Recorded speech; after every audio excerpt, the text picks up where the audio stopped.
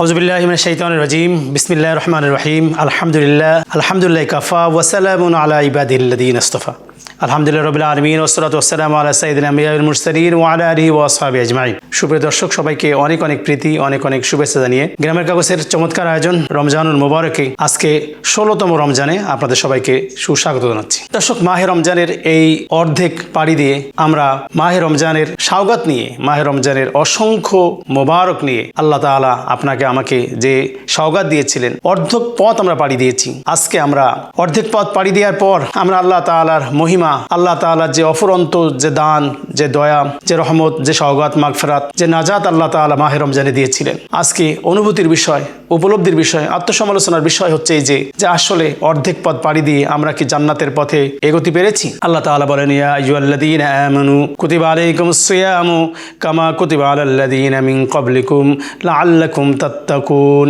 রোজার মাধ্যমে আমি তোমাদেরকে রমজানের রোজাকে আমি ফরজ করে দিলাম, শুধুমাত্র তোমাদের জন্য নয়, ইতিপূর্বে যারা এই পৃথিবী থেকে গত হয়ে গিয়েছে উম্মতে মুহাম্মাদি বাদে অন্যান্য নবীর উম্মতরা এবং অন্যান্য নবীদেরকেও আমি রোজা ফরজ করে দিয়েছিলাম। কারণ হলো এই, তারা তাত্তাকুন অবলম্বন করতে পারবে, মুত্তাকি হয়ে যাবে, তাকওয়াবান হয়ে যাবে, আল্লাহওয়ালা হয়ে যাবে, দিনদার হয়ে যাবে, ফরজগার হয়ে যাবে। ফরহেজ মানে বেঁচে থাকা, তারা ফরহেজগার হবে, অর্থাৎ গুনাহ থেকে তারা বেঁচে থাকবে। গুনাহ থেকে বেঁচে থাকার জন্য এত বড় একটা কৌশল, এত বড় একটা হিকমত আল্লাহ তাআলা দান করলেন, সেটা হলো রমজানের রোজা।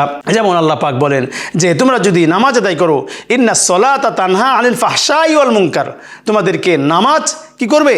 যে অন্যায় কাজ থেকে তোমাদেরকে বিরত রাখবে। নামাজ তোমাদেরকে কি করবে? যে তোমরা ফাহেশা কাজ থেকে, গুনার কাজ থেকে নামাজ তোমাদেরকে বিরত রাখবে। তেমনিভাবে আল্লাহ রাব্বুল ইজ্জত বলেন, হে রাসূল আপনি জানিয়ে দিন, আসিয়ামু জুন্নাম, রোজাও হলো ঢাল স্বরূপ, অর্থাৎ যে ঢাল দিয়ে মানুষকে আত্মরক্ষা করে, সে ঢাল দিয়ে মানুষ গুনার কাছ থেকে, যাবতীয় গুনার কাছ থেকেও রমজান তোমাদেরকে ফিরায় রাখবে।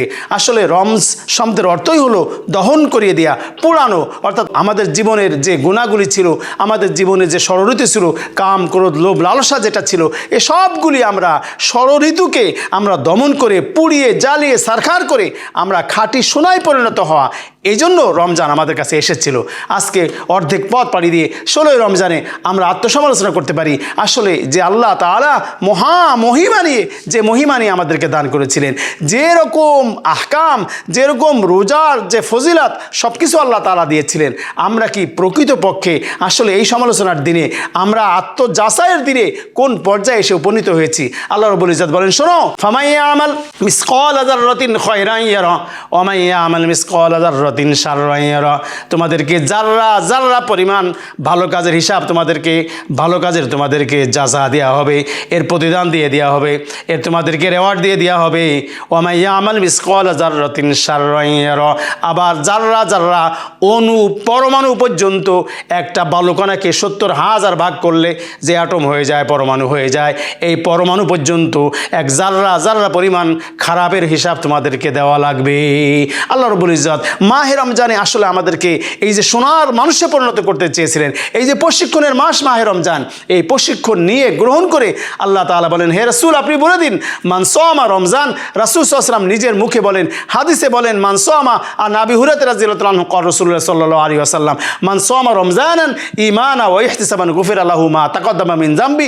যদি তোমরা সত্যিকারতে ইহতিসাব বজায় রেখে, সত্যিকারতে আহকাম বজায় রেখে তোমরা রোজা পালন করতে পারো, মান সামা, এমন ব্যক্তি, এমন সিয়াম সাধন করা ব্যক্তি, রমজানান ঈমানা, ঈমান সহকারে আল্লাহর প্রতি দৃঢ় বিশ্বাস নিয়ে, ইহতিসাবে, যদি সওয়াবের নিয়তে তারা এই রোজাটা পালন করে, গুফিরা লাহু মা তাকাদ্দামা মিন যামবি, তার জিন্দেগির যত গুনাহগুলি আছে, আল্লাহ রাসূল সাল্লাল্লাহু আলাইহি ওয়াসাল্লাম ইরশাদ করেন যে তার জিন্দেগির পাহাড় পরিমাণ গুনাহকেও আল্লাহ রাব্বুল ইজ্জত দূর করে দেবেন, পাপ রাশিকে দূর করে দেবেন, পাপ মার্জনা করে দেবেন। এমনকি আমরা 1 মাস সিয়াম সাধনের পরে যদি আমরা ঈদগাহে যাব, ঈদের নামাজ পড়ব, ঈদের নামাজ পড়ে যখন মানুষেরা বাড়ির দিকে রওনা করবে, তখন আল্লাহ তাআলা বলেন, হে রাসূল আপনি জানেন আমি ফেরেশতা পাঠিয়ে দেবো আমার বান্দার কাছে।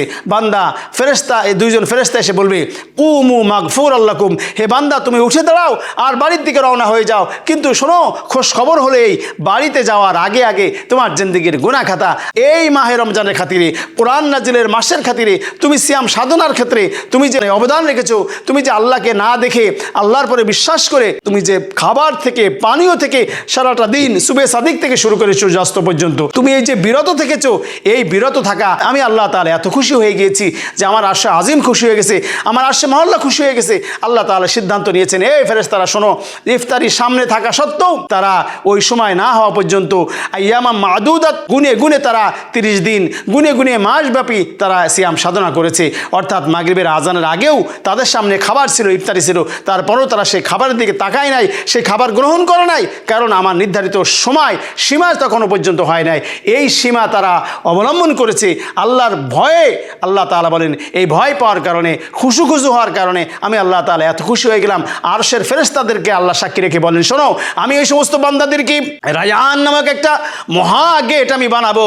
এই মহা গেট দিয়ে ওই রোজাদাররা প্রবেশ করবে।